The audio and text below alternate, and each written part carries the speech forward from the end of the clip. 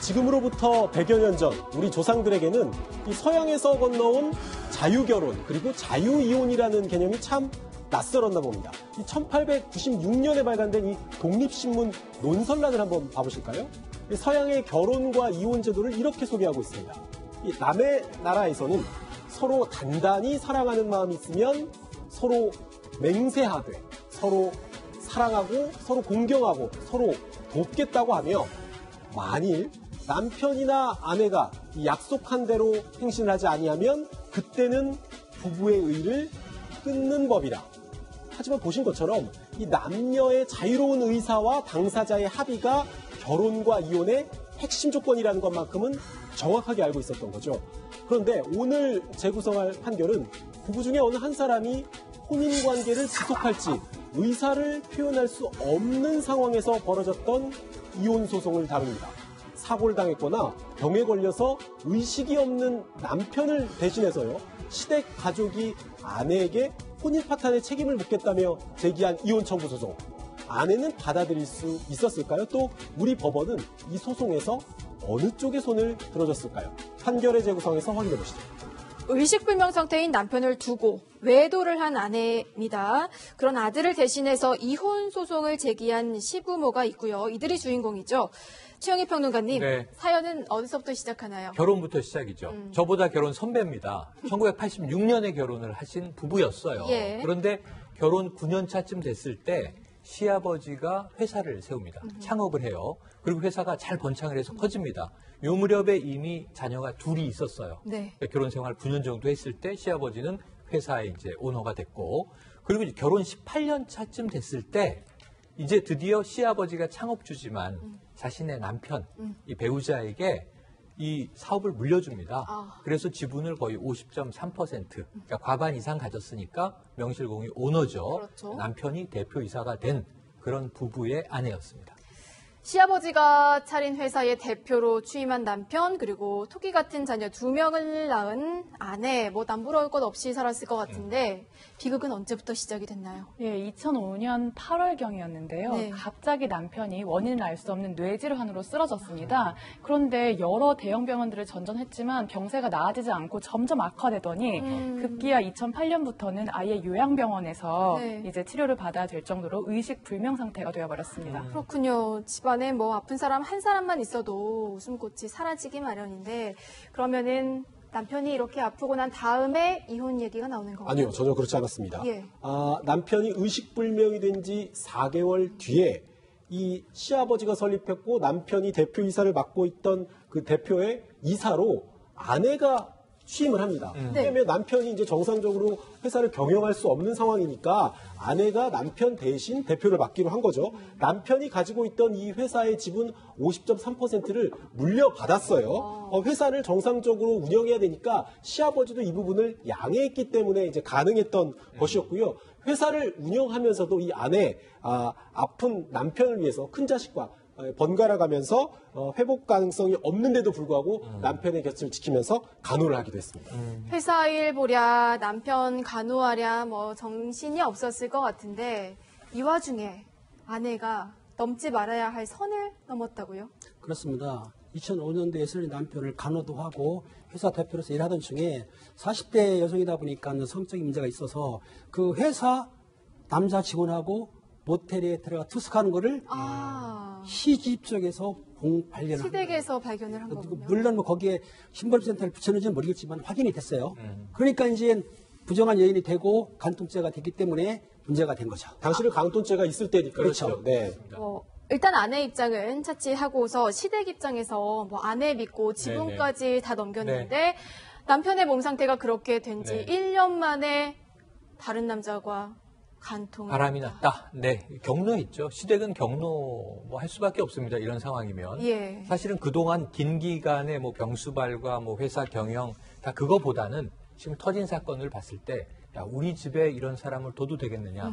그러니까 이제 이 아내 A씨로부터 아들의 지분을 되찾아오려는 소송을 합니다.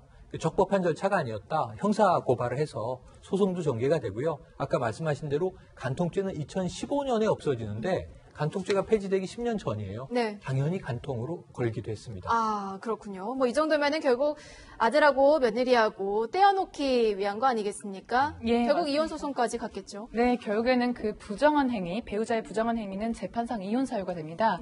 부정한 행위와 그리고 부적법한 방법으로 남편의 지분을 넘겨받았다라는 이유로 이제 재판상 이혼 소송을 제기했습니다. 아니 그런데 남편이 지금 합리적인 판단을 할 수 없는 상태잖아요. 그렇죠. 그럴 경우에는 가족이 대신해서 이혼 소송을 청구할 수 있나 보죠? 만일에 후견인이 배우자라고 한다면 특별 대리인을 선임해야 하고요. 예. 그렇지 않는다고 한다면 후견인이 친족회의 동의를 얻어서 예. 소송을 제기할 수 있습니다. 그러니까 그렇군요. 원래 후견인은 지금 의식불명인 남편의 아내인데 아내였는데. 아내가 지금 혼인 취소 사유가 생겼으니까 가족들, 시댁 가족들이 일종의 대리인 역할을 맡을 수 있다 이런 얘기군요. 그러니까. 네, 그리고 이제 후견인으로 개임되는 경우들도 있습니다. 네, 지금은 후견인으로서의 역할을 더 이상 할 수 없는 상황이잖아요. 예, 알겠습니다. 결국 뭐 가족 대표로 시아버지가 아들을 대신해서 며느리를 상대로 이혼 소송을 청구합니다. 팀장님, 이혼이 됐나요? 2심의 판결은 시아버지 쪽이 편을 들었어요. 그래서 이혼을 하라고 부정행위가 있으니까 법률적으로 볼 때 이혼하라고 판결을 내렸습니다. 2심. 아하, 1심은 이혼이 받아들여졌습니다. 2심까지 갔나요?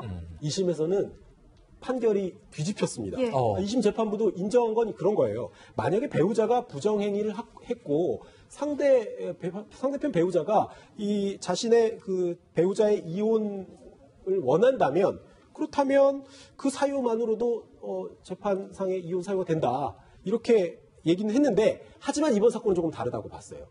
아내가 분명히 남편의 회사 직원과 바람이 난 것은 맞고 외도를 한 것은 맞지만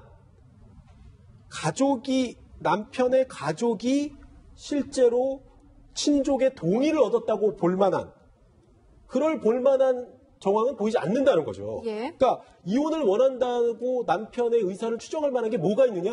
그렇게 보이지 않는다라고 하면서 이혼은 불가라고 얘기했어요. 그러니까 잘 들어보면은 의식불명 상태의 남편이 네. 이혼을 원할 것이라는 합리적인 의심이 있어야 되는데 네. 지금 상태로 봐서는 남편이 이혼이 원하지 않을 것 같다고 생각을 한 거예요, 법원이? 예, 지금 밝혀진 그 부정한 행위가 1회였고요. 예. 그리고 그 이후에도 굉장히 열심히 간병을 했습니다. 그리고 이제 아내는 부부간의 동거, 협조, 부양 의무가 있는데 네. 그것들을 본인이 아주 열심히 하겠다고 얘기하고 있는 상황이었고 만일에 이런 상황에서도 그 1회의 부정행위로 남편이 이혼을 원할 것이라는 의사를 추정하기 위해서는 네. 그 전에 남편이 이혼에 대해서 어떻게 얘기했었는지 주변 사람들에게. 예, 가족이나 뭐 친구들에게 어떻게 얘기했었는지 그리고 또 부부 관계에서 갈등이 생기면 어떻게 해소를 했었는지 이런 점들이 고려가 돼야 되는데 특히 이 상황에서는 남편이 계속적으로 간병 도움을 받아야 되는 입장입니다. 그리고 아내는 최선을 다하겠다고 얘기하고 있는 상황이었고요. 예. 이런 점들을 참작했을 때 남편도 이 건에 대해서 이혼에 동의했다고 볼 수 없다라는 판단을 한 것이죠. 그럼 뭐 부정행위를 뭐 수차례 아주 장기간 해가지고 이미 가정이 파탄난 상태였으면은 또 결과가 어떻게 나올지는 모를 일이네요. 그럴 경우에는 결과가 바뀔 수 있습니다. 특히 이제 남편을 두고 아예 다른 곳으로 이전을 했다거나 네. 이런 경우에는 더 이상 혼인의 실체가 없고 지속할 수 있는 의사도 없기 때문에 이혼이 인정될 가능성이 상당히 높습니다. 알겠습니다. 결국 두 사람은 앞으로 부부 관계를 유지하게 됐는데 뭐 시댁에서는 이미 며느리에 대한 신뢰를 당연히 잃었겠고요. 며느리 입장에서도 상처는 또 상처대로 받지 않았겠어요? 그러니까 지금 보통은 이런 상황이 되면은 아내 쪽에서도 더 이상의 결혼 생활을 원치 않는다. 사실은 너무 좀 인간적으로 야박할 수는 있지만 의식불명 상태인 남편을 상대로 이혼 소송을 제기할 수도 있는 거죠. 예. 그리고 이제 본인은 뭐 이제 외도나 불륜에 빠질 수도 있는 거죠. 그런데 이 아내분은 자신의 잘못을 인정한 거잖아요. 내가 바람펴서 잘못했습니다. 예. 그런데 한 번 실수로 그런 것이고 남편이 살아있다 해도 내가 잘못을 구하고 결혼생활 유지하겠다 하겠지만 지금 이 상태에서라도 나는 계속 아내로서의 역할을 다 하겠습니다. 그럼 이제 남편은 어떻게 결정했을까가 문제인데 네. 시댁 식구들은 한 번 외도로도 아웃 아마 이혼했을 거야. 이게 우리 아들의 마음이었을 거야라고 추정을 한 게 가족 입장이고 예. 법원은 남편의 입장을 서보니까 이 한 번으로 이혼까지 하지는 않지 않았겠느냐라는 입장에 편을 더 든 거죠. 예. 대법원 판결은요. 2심이 확정됐습니다. 아. 함께 살게 된 거죠. 대법원이 시댁 가족들의 상고를 결국 기각했습니다. 그렇죠. 결국 2심의 판단이 옳다고 네. 본 건데 가장 결정적인 이유가 뭐였나요? 결국에는 간병이 절실히 필요한 남편에 대해서 그 아내의 의지가 아주 투철했다는 것이고요. 자녀들이 또 이혼에 대해서 어떻게 생각하는지도 청취를 했고, 그리고 아까 그 지분을 넘겨받은 부분이 시댁에선 가장 분노한 부분 중에 하나였는데, 사실 그 이후에도 그 재산을 처분하면서 개인적인 목적으로만 사용했다면 또 그 혼인 파탄에 대해서 생각해 볼 수 있었을 텐데, 이것들을 관리하면서 간병하고 가정을 유지하기 위해서 노력하고 반성했던 태도가 아주 크게 영향을 미쳤습니다. 그렇군요. 대법원의 판단까지 살펴봤습니다. 이번 같은 경우에는 이혼이 불허가 됐는데 비슷한 상황에 놓인 또 다른 아내의 이야기도 해보죠. 오다니엘 차장. 이번에도 50대 남편이 의식불명에 빠졌습니다. 이 남편 같은 경우는 지난 2006년에 트럭을 점검하다가 트럭 바퀴에 깔리는 바람에 의식불명의 상태에 빠졌는데요. 이 남성의 40대 아내, 처음에 앞서 살펴본 사례처럼 남편을 간호를 하다가 시어머니와 갈등이 생기자 다툼을 했고 집을 나가버렸습니다. 집을 나가버렸어요. 네, 친정으로 가버렸고요. 그리고 이후에 역시 이 40대 아내도 다른 남성과 외도를 하다가 형사처벌까지 받았어요. 간통죄로.